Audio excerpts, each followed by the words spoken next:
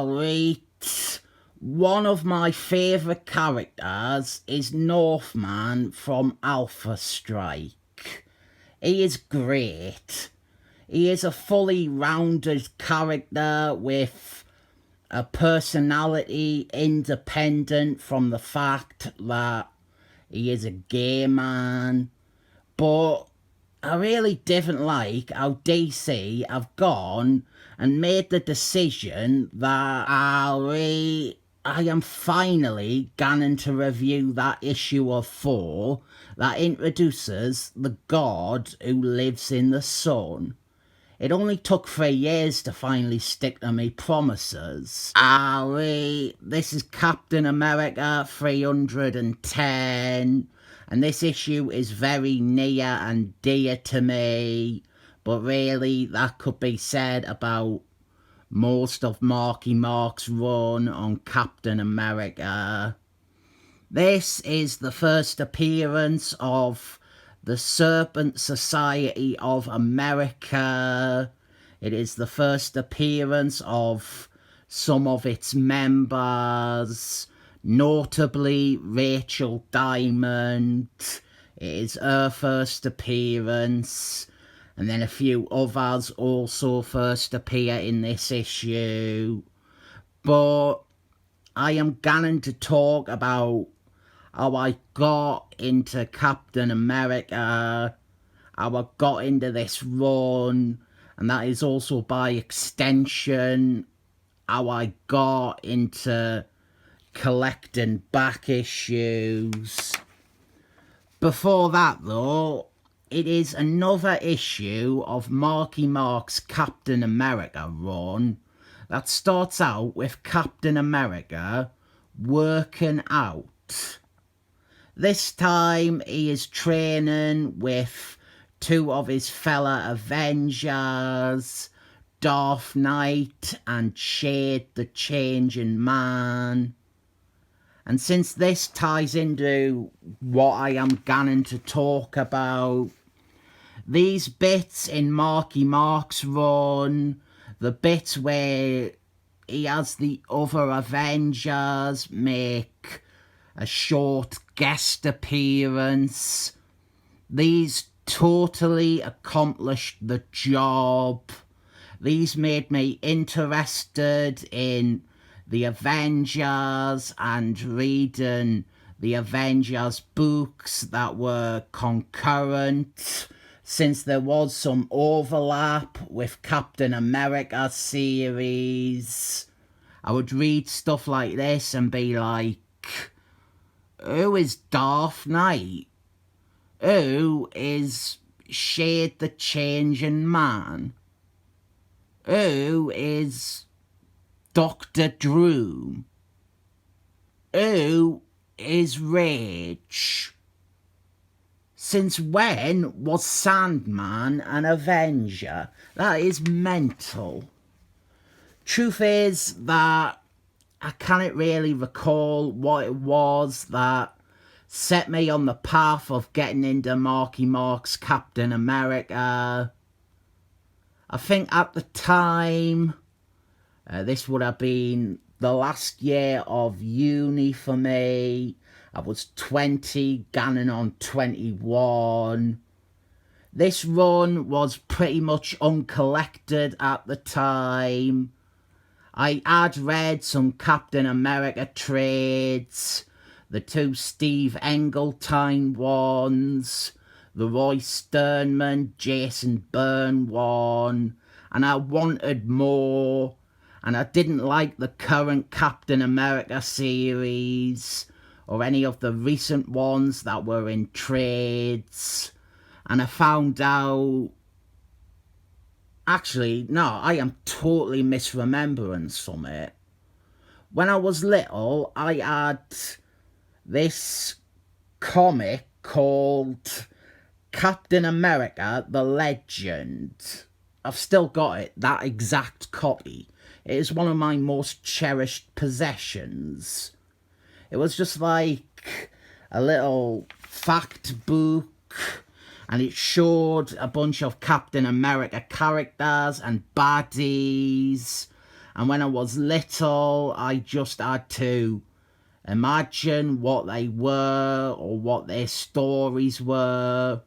But then when I decided I wanted to read Captain America, I found out that nearly all the ones I was fascinated by or wanted to know more about were in this run. U.s.agent, Crossed Bones, Americop.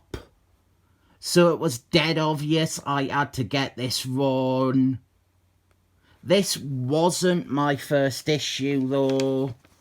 This is, however, the issue that for 5 or 6 years marked the start of my collection. I managed to mostly get all of issues 321 through to 443. There were little gaps. Issue 351 sticks out in memory as one that I didn't get until much later on. Same with the story shortly after that, where Stephen Rogers is transformed into a teenager to investigate runaways. It's not a great one, but I had a pretty decent, almost complete run on the book. And here is our first appearance of the Serpent Society of America and Rachel Diamond. The Serpent Society of America was sort of predated by the Serpent League, an art team of Snake Fiend baddies from Steve Engletine's run, and the Serpent League themselves were revamped by Marky Mark, in the Things comic. He introduced 4 of these characters there. The idea is, in typical Marky Mark fashion, he is unionising a bunch of characters. He is bringing together all of the snake or serpent themed villains, and as Sidewinder, he is trying to make them into an actual criminal organisation and enterprise. In this one, Constrictor Man rejects the idea. He thinks that it is stupid and storms off, and then tries to spite the rest of them by ratting them out to Captain America. Marky Mark always strived to give the bad guys individual personalities and motivations. I would say when it comes to the villains, Marky Mark was maybe the best at presenting about 20 characters and giving them unique voices and foibles and backstories. As I said though, this wasn't my first issue. Captain America 321 was, and it took quite a while for me to get all the stuff before that issue together. And now 311 and 312, the 2 issues after this, they were very early gets. The Scourge issues too. Then I think it was this issue. So this did mark the start of my first real collection for what seemed like forever. I eventually got issues 302 through to 309.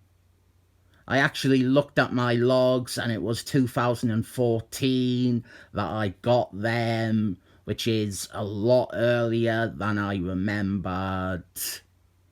But yeah, I have got the entire run now.